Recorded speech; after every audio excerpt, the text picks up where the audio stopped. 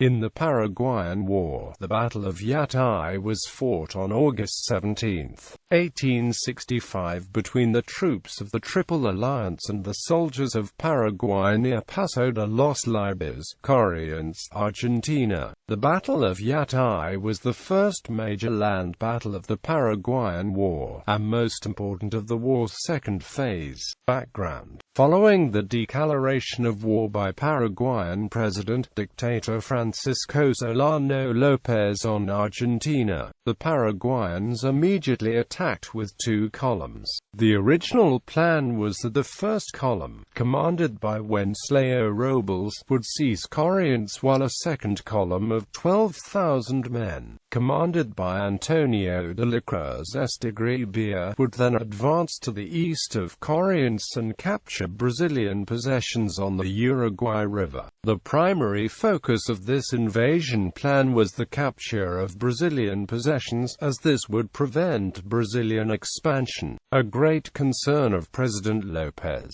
The other column would then capture Corrientes, distracting Argentine forces and creating a lifeline between Paraguay and the Atlantic Ocean. This plan was later revised so that two-thirds of the assault force would attack Corrientes and later divert southeast and invade Uruguay. In response, a military alliance was signed on May 1 among Argentina, Uruguay and the Empire of Brazil. Following the successful capture of Corrientes, Argentine Gen. Wenceslao Paunero launched a daring attack. On May 25 it recaptured the city. However, given the enormous numerical superiority of the enemy, he chose to evacuate the city and its civilians 2 days later and head to the southwest of the province. Only after having evacuated Corrientes did Paunero learn that the Paraguayans were making progress on the Uruguay River. Argentine President Bartolomé Mitre put Gen. Urquiza, governor of the province of Entre Rios, in charge of facing the Paraguayan column. Urquiza called on his aide Paunero, who had retreated to Esquina. These forces were joined by a battalion of volunteers from Corrientes, led by Col. Desiderio Sosa, who had participated in the reconquest of Corrientes. Many future heroes of the history of Corrientes province, such as Santiago Babin and Placido Martinez, were in that battalion. Meanwhile, the naval Battle of Riachuelo took place. During the course of the battle, the Brazilian fleet destroyed the Paraguayan squadron near the city of Corrientes. This loss prevented the Paraguayan column Parana River from providing support to the forces on the Uruguay River. Armies. On May 5, after invading the northwestern province of Corrientes, Gen. Estigarribia sent Col. Pedro Duarte in front of a small advance column to control the bank of the Uruguay River. Duarte took the city of Santo Tome. Estigarribia's forces followed up and met him 4 days later. The army then crossed the Uruguay River and entered the state of Rio Grande do Sul, Brazil. They left behind them the column of Duarte, with more than 3,000 soldiers to defend Uruguay. Estigarribia advanced unopposed to the south, taking on São Borja and Itaquí. In the meantime, Estigarribia's column was attacked and partially destroyed on the outskirts of São Borja. In combating Embuta, some of the Paraguayan forces were stationed in São Tome and São Borja while Duarte was heading south. Urquiza ordered Paunero to join him in Concordia, but the leader delayed the completion of Urquiza's orders. On June 4, the troops of Urquiza, who refused to fight the Paraguayans on the grounds of being considered allies against Brazil, were disbanded. Uruguayan President Gen. Venancio Flores, fresh from his triumph over the White Party or Blancos, marched to join Urquiza with 2,750 men. In addition, the Brazilian forces, commanded by Lt. Colonel Joaquim Rodrigues Coelho Nelly, totaling 1,200 men, were heading the way. They met on July 13. At the first meeting, Fleiuss was given the Line Cavalry Regiment San Martin, with 450 men, plus the Artillery Squadron East with 140 men. In total, Fleiuss had 4,540 troops, not nearly enough to confront the Paraguayan columns. Fleiuss, Duarte and Estigarribia marched slowly to meet and engage in battle, while Panero's 3,600 men began a march through swamps and rivers, swiftly crossing the southern province of Entre Rios to join Fleiuss. In addition, 1,400 of Correntina cavalry under Gen. Juan Madariaga joined the forces. Finally, Col. Simeon Paiva, with 1,200 men, followed closely by the column of Duarte. Estigarribia had a chance to destroy all his enemies, one by one, but missed. He also disobeyed orders from Lopez, who ordered him to continue on his way to Alegret. On August 5 he went to Uruguayana and ordered his troops to reorganize and gather supplies.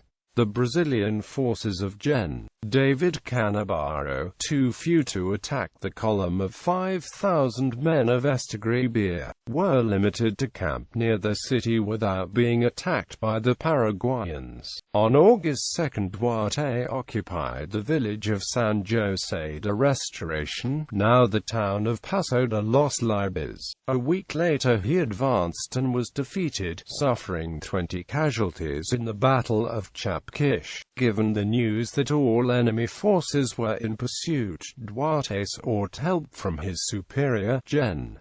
Estigarribia, who sent him this answer: "Tell the great Duarte that if he intends to take over command of the Uruguayan force that I would fight the battle myself." Insulted, Duarte was prepared to give battle without any help. On August 13, Panero avoided the army of Duarte and joined Fleiuss, whose forces then numbered 12,000 men, nearly 4 times the force of Duarte. Duarte moved away from Paso de los Libres and took positions on the banks of the stream Yatay, near the village. There was a brief encounter on the afternoon of August 16, and at dusk the two armies were facing each other from a half-mile off. Battle. Both the Yatay and Uruguay rivers had recently flooded, leaving much of the battlefield underwater. Most Paraguayan infantry forces were entrenched among trees and ditches in the area of the nearby village estates and protected by mud that covered the frontal approach. But the stream behind them made it impossible to retreat in case of a defeat, which was considered very likely by Duarte. Duarte's forces consisted of 1,980 infantry and 1,020 cavalry, with no artillery. The Allies had a total of 5,550 infantry, 5,000 cavalry and 32 pieces of artillery. Among the leaders of the Allied army were experienced commanders Fleiuss and Panero, Leon Palleja, Ignacio Rivas, Henrique Castro and José Gregorio Suárez, and Argentines Juan Bautista Charlone, José Miguel Arredondo, José Giribón, Ignacio Segovia, Joaquín Viejo Bueno, Leopoldo Nelson, Simeon Paiva and Madariaga.